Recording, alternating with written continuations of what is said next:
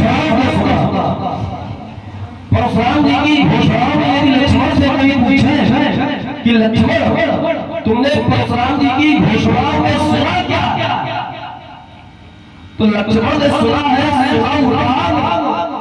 जय शिव धनु तोरा सहस मोरा। और ये परशुराम जी कहते हैं सो बिरबाऊ बिहारी समाजा न मारे जी है सभी राजा मारे जाएंगे। मेरा विचार मेरा चिंतन एक क्षणार्थ के लिए थोड़ा भिन्न होगा। करवाया राजा जनक ने अपने परियों के माध्यम से कहा मेरे घर की घोषणा समाज में घोषित की जाए। प्रण करवाया राजा जनक ने घोषणा घोषित की परियों ने और 10,000 राजाओं ने एक साथ मिल करके इस धनुष को उठाने का प्रयास किया। भले ही वो असफलता को प्राप्त रहे और गुरुदेव के आदेश पर यह धनुष टूट गया, क्योंकि धनुष तोड़ने वाले धनुष को तोड़ दिया। धनुष तोड़ने वाले धनुष को तोड़ा। राजा जनक ने प्रण करवाया, बंदियों ने घोषणा घोषित की। तो ये परशुराम जी के दृष्टिकोण में और परशुराम जी के चिंतन में, परशुराम जी के दृष्टिकोण में ये अपराधी हो। हम नहीं कह रहे कि हमारे दृष्टिकोण में, ये परशुराम जी के दृष्टिकोण में अपराधी हो सकते हैं, क्योंकि तभी तो परशुराम जी कहते हैं सो मिलगाओ बिहारी समाजा या उल्टो मैं चाहलाई रघु राजू। तो ये अपराधी हो सकते हैं, लेकिन धनुष टूटा है। धनुष टूटने में बेचारी धरती मैया का क्या क्यों भाई? धनुष टूटा है, धनुष टूटने में क्या कोई धरती मैया का भी क्या कोई अंतर है? और अगर नहीं है तो फिर परशुराम जी ये क्यों कहते हैं बेग दिखाओ मूढ़ मत आजू अब उलंडऊ मैं। अर्थात जहां तक तुम्हारे राज्य की भूमि है उस भूमि का मैं परिवर्तन कर दूंगा, ये परशुराम जी कहते हैं।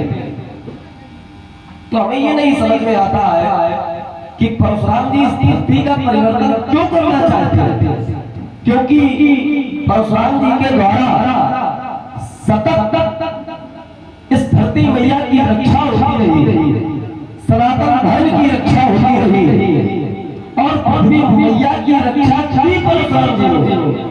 तो फिर आज परशुराम जी इस धरती को क्यों पलटना चाहते हैं, ये बात हमें कहीं समझ में आती है, क्योंकि हम बालक हैं और हमें ना समझ में आ रही हो कोई बड़ी बात नहीं है, और हमें नहीं समझ में आ रही है तो हम परशुराम जी से पूछ लेते हैं। जैसे परशुराम जी भी पूछ करके जानने का प्रयास कर रहे हैं।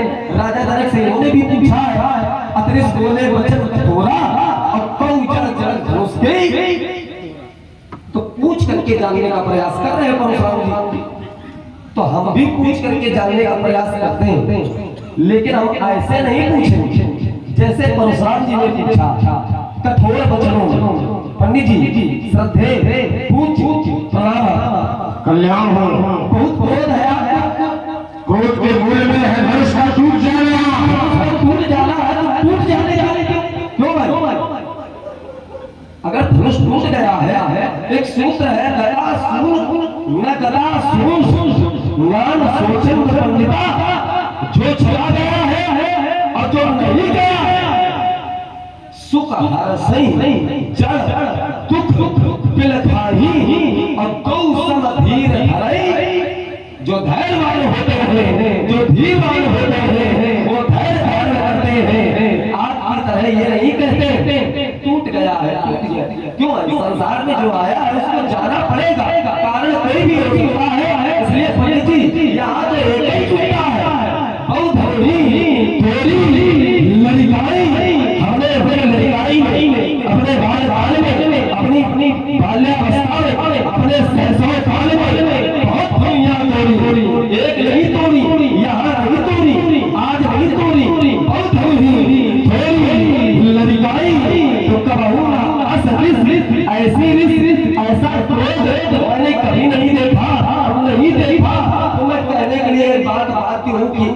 पर ममता की है। इस आयु पर ममता क्यों है? क्योंकि आप जैसे बच्चों के मनीषी करते क्या है? सुख सरित सर पानी और ममता त्याग करें जीव ज्ञानी। जैसे सरोवर का एक एक बिंदु जल धीरे धीरे सूख जाता है, ठीक उसी प्रकार से आप जैसे पंडित, आप जैसे ज्ञानी धीरे धीरे ममता का त्याग कर देते, और जब कर देते तो फिर वही धरी पर ममता की। राजकुमार लक्ष्मण के वक्तव्य को बैठे हुए सुधीजनों में सुना। राजकुमार जहां से आरंभ हुआ था वो नहीं से आरंभ हुआ। राजकुमार का जो पहला बिंदु आया वह यह आया का महाराज जो गुरु की आज्ञा से कार्य किया जाए। धनुष तोड़ने वाले ने जो धनुष तोड़ा है तो कहा ऐसे नहीं तोड़ा, कहा महाराज गुरु जी का आदेश है तो धनुष तोड़ने वाले धनुष को तोड़ दिया। दूसरा बिंदु राजकुमार का था, कहा महाराज राजा जनक ने पढ़ किया है, राजा जनक के बंदी जनों ने पढ़ को सुनाया है, तो अपराधी राजा जनक भी है, अपराधी राजा जनक के बंदी जन भी है, अपराधी धनुष तोड़ने वाला भी है, तो काफी पृथ्वी क्यों पलटी जाएगी? चलो पहले दो बिंदुओं को उत्तर ले लो, फिर तीसरे का लो। राजकुमार अगर धनुष तोड़ने वाले ने गुरु आज्ञा का पालन किया होता तो परशुराम का कोई विरोध न होता। विश्वास करो, हमारे यहाँ जो संस्कार है वह यह कहते हैं कि माता पिता प्रभु गुरु के वाणी और विनय विचार करिए शुभ, उच्च दिया उचित किए विचारू, धर्म जाए सिर पातक भारू, धर्म चला जाता है सर पर पाप लग जाता है। जब माता पिता प्रभु गुरु की वाणी पर विचार किया जाता है। धनुष तोड़ने वाले को आदेश गुरु जी ने दिया, उठो अमुख भंजो भव चापा और मेटो तात जनक परितापा। अगर गुरु जी ने जब आदेश दिया तो जब गुरु सत्ता से आदेश है तो हमें किसी दूसरे से आदेश लेने की आवश्यकता। अरे हमारे लिए तो गुरु ब्रह्म है, गुरु ब्रह्मा गुरु विष्णु गुरु देवो महेश्वरा, गुरु साक्षात परब्रह्म। अरे हम तो गुरु में साक्षात ब्रह्म का दर्शन करते और वही ब्रह्म का आदेश दे, तो फिर हमें किसी से आदेश लेने की आवश्यकता। जब आदेश गुरु जी ने दिया तो फिर बैठे हुए मुनियों से आदेश लेने की कोई आवश्यकता शेष। फिर अमुख मुनि सब आयस मांगा, फिर बैठे हुए मुनियों से आदेश लेने की कोई आवश्यकता शेष नहीं रह जाती। इस पर बुद्धि का थोड़ा मंथन करो। और इसको मैं कथा से जोड़े दे रहा हूं। जिस समय गणेश की माता जी ने गणेश को आदेशित किया कि जब तक मैं पुनः आदेश न करूं तब तक कैलाश पर किसी का भी प्रवेश निषेध माना जाएगा। यहाँ तक कि भोले बाबा भी कैलाश पर आए, लेकिन गणेश ने अपना मस्तक कटवा डाला, लेकिन भोले बाबा को कैलाश पर प्रवेश क्यों? माता जी का आदेश है, माता गुरु के वाणी। अरे हमारे जीवन से जांचो, हमारे पिताजी ने आदेश दिया जाओ जाकर के माता का कंठ काट दो। मैंने संसार में किसी दूसरे से आदेश ले लिया, मैंने जाकर के पिता के आदेश का पालन किया। ऐसे ही धनुष तोड़ने वाले को जब आदेश गुरु जी का है तो फिर मुनियों से आदेश लेने की कोई आवश्यकता शेष नहीं रह जाती है। राजकुमार ने कहा महाराज अपराधी सभी है तो फिर महाराज पृथ्वी काहे पलटी जाएगी? ध्यान दो, पहले अपराधी राजा जनक की बंदी नहीं है। सेवक का धर्म होता है स्वामी की आज्ञा का पालन करना। सेवक का यह पहला प्रथम धर्म है। स्वामी आदेश उचित दे या अनुचित दे, सेवक का धर्म है स्वामी के आदेश का पालन करना। दंड का भागी राजा जनक है, ना कि उनके बंदी जन। राजा का आदेश है, आचार्य कहते प्रजा सुखी सुखम राज्ञा प्रजा राम चाहिए हितम। प्रजा का धर्म ये कहता है कि राजा जो आदेश दे उसका पालन। तो बंदी जनों ने वही किया। बंदी जनों ने घोषणा प्रसारित की है तो इसमें बंदी जनों का कोई दोष। अब मूल बिंदु तुम्हारा आया कि पृथ्वी क्यों पलटी जाएगी। ये बढ़िया है तुम्हारा।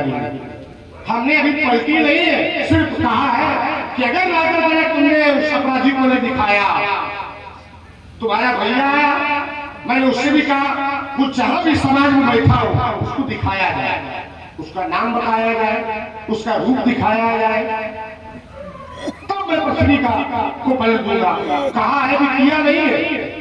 और तुम उन पुरखा की संतानें हो, पहले अपने बारे में जानो। हम एक क्षेत्र को पलटेंगे तो हमारा अपराध है। इनके पुरखा 7 खंड करने पृथ्वी तो बहुत अच्छा है। इनके पूर्वज अगर पृथ्वी के साथ खंड कर दे तो ठीक, और अगर हम एक क्षेत्र को पलट दे तो हम अपराधी हैं। अभी दूसरे क्रम में मैं उत्तर करूंगा किसने पलटे और किसने खंड किए। देखेंगे राजकुमार का थोड़ा बहुत दिख आया है ना। तीसरा दिन राजकुमार का आया, कहा महाराज अगर ऐसा है तो मैंने लड़काई अवस्था में बहुत सी घड़ियां तोड़ी, बहुत घड़ी तोड़ी लड़काई, लेकिन कबहू नासरस की घुसाई। कब तोड़ी? लड़काई में।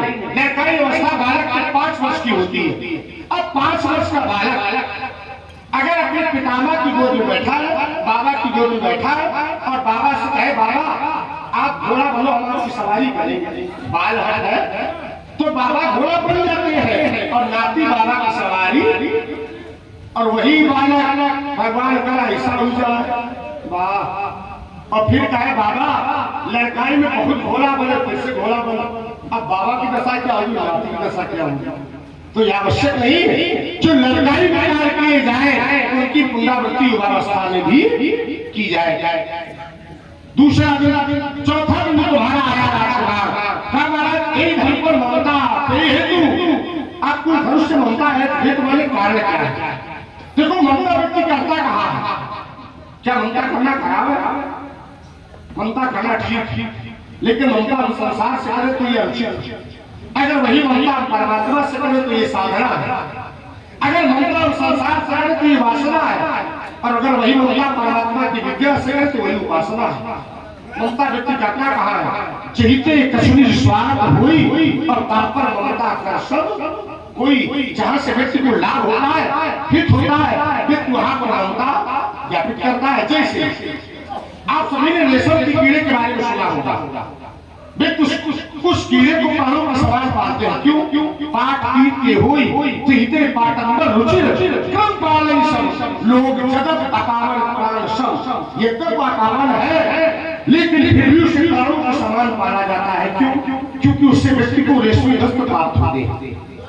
जिस कीड़े से व्यक्ति को रेशमी वस्त्र प्राप्त होते हैं, जब उसे व्यक्ति प्राणों के समान पाल सकता है, तो जिस धनुष से संसार की सुरक्षा हुई तो क्या उसे सम्मान नहीं दिया जा सकता है? क्या उससे ममता नहीं की जा सकती है? अरे कीट वो जो रेशम का वो साधारण है, लेकिन ये जो धनुष का दिव्य है, आचार्य कहते हैं इन्हें दुई धनुषी श्रेष्ठ दिव्य लोकावकाश ये दिव्य है। तो क्या दिव्य से ममता नहीं करनी चाहिए? महाराज मन अपनी स्मृति में कहते हैं प्रक्षम क्षीणम फलम त्यजन्ति विहगा शुष्काम सरा सरसा पुष्पम परशुरम त्यजन्ति मधुपा फलादखम मर्दम मृगा नित्यं पुष्पम त्यजन्ति गलका भस्कम श्रिया मंदिरा सर्वे काल वसाचना कस्य को वल्लभा। आप उसको सरल करते हैं, जब वृक्षों में फल समाप्त हो जाते हैं, वृक्षम क्षीणम फलम, तो त्यजन्ति विहगा, विहग वाले पक्षी उस वृक्ष को छोड़ करके चले जाते हैं। जब अर्थात धन जब समाप्त हो जाता तो गणिका अर्थात वर्षा भी उस वृक्ष से संबंधों को विच्छेदित कर देती है। जब राजा श्रीहीन हो जाता है तो राजा का मंत्रिमंडल, राजा का बहिष्कार, क्या उसी श्राप के धरातल पे खड़े होकर राजकुमार लक्ष्मण परशुराम से तय करेगा कि महाराज ये धन पर ममता ये हेतु अस्तु रेने पाला हरे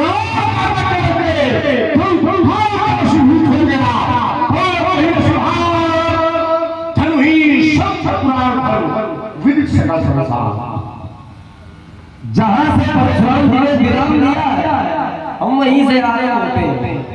परशुराम जी कहते हैं वेद बालक काल बोलत तोय न संभारी और धरुही संत गुरार विदित सकल संसार। ये त्रिपुरारी का धनुष है, भगवान शंकर का धनुष है, तुम्हारी धनुष से समता नहीं हो सकती। आपको एक बात बता दे, महत्व भवन का नहीं होता, महत्व भावना का होता है। महत्व साधन का नहीं, साधना का होता है, और महत्व दृष्टि का नहीं, दृष्टिकोण का होता है। क्यों भाई? परशुराम जी की दृष्टिकोण में आप लोग मिलते हैं तो अच्छा प्रयास बन ही जाता है, पता नहीं प्रयास करो बेटा। दृष्टिकोण का महत्व होता है। परशुराम जी अपना दृष्टिकोण पहले देखे कि परशुराम जी का दृष्टिकोण क्या है।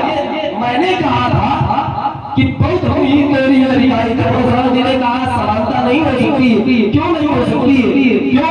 क्योंकि वो भगवान शंकर का धनुष है और वो जो तुमने तोड़ी वो धनुया है। तुम आपकी सैद्धांतिक शैली का उत्तर हम सिद्धांत से ही दे रहे हैं। मुनि हमारे द्वारा असलम देव धनुष समान, हमारी जानकारी में हमारे दृष्टिकोण में सभी धनुष समान है, बराबर है। एक बात हमको बात की नहीं अच्छी, आपने कहा कि लक्ष्मण काल के वसीभूत, क्यों कोस रेस सुत लक्ष्मण रामा और कालो उचित सकई संग्रामा। ये जो दशरथ के रण बात हुए हैं काल को भी जीत सकते हैं। और आप हमको काल का भय दिखा रहे हो, इस पर थोड़ा ये है सैद्धांतिक शैली। अब परशुराम जी ने जहां से विराम दिया था, जहां पर तर्क के धरातल के बीच जहां से क्रम बना था, वहीं से परशुराम जी ने कहा दिव्य से ममता नहीं की जाती, दिव्य से ममता नहीं की जाती। एक चेतन दिए देता हूं, 3 श्रेणियां होती हैं, दिव्य, दिव्यतर और दिव्यतम। दिव्य, दिव्यतर और दिव्यतम। एक उदाहरण और दे दो, श्रेष्ठ, श्रेष्ठतर और श्रेष्ठतम। आप श्रेष्ठतम से ममता करो, लेकिन श्रेष्ठ से ममता नहीं कर सकते हो, क्योंकि भगवान ने जिस समय ये श्रेष्ठ उत्पन्न की तो कहा अखिल विश्व यह मोरी उठाया और सब पर मोरी बराबर। तो जो भगवान के हैं तो पहले से दिव्य, और ये भगवान शंकर का है। क्यों भाई? जो भगवान का होता है वो दिव्य होता है, लेकिन जो भगवान का हो करके भगवान से जुड़ा होता है वो दिव्यतर होता है। लेकिन सबका तो दिव्यतम तो केवल एक ही होता है, और दिव्यतम कौन है? तो कहा सम विरंची विश्व भगवान